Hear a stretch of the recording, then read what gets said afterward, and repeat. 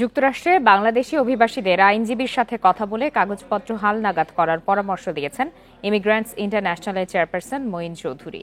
দুপুরে রাজধানীর জাতীয় প্রেস ক্লাবে মিট দ্য প্রেসে অংশ নিয়ে তিনি কথা বলেন। বান্ডেল থাকলে প্রতি সেনমানিতে টাকা বাঁচবে। বিকাশ সেনমানি বান্ডেল কিনে জিতুন প্রতি লেনদেনে।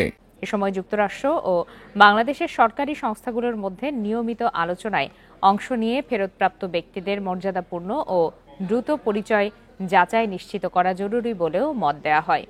অভিবাসীদের জন্য কমিউনিটি সমর্থন বাড়াতে ইমিগ্রান্টস ইন্টারন্যাশনাল ঢাকা ও নিউ ইয়র্কে আরও আইনগত সহায়তা কেন্দ্র এবং ওয়েবিনার বাড়াবে বলে জানান অ্যাটর্নি মঈন চৌধুরী।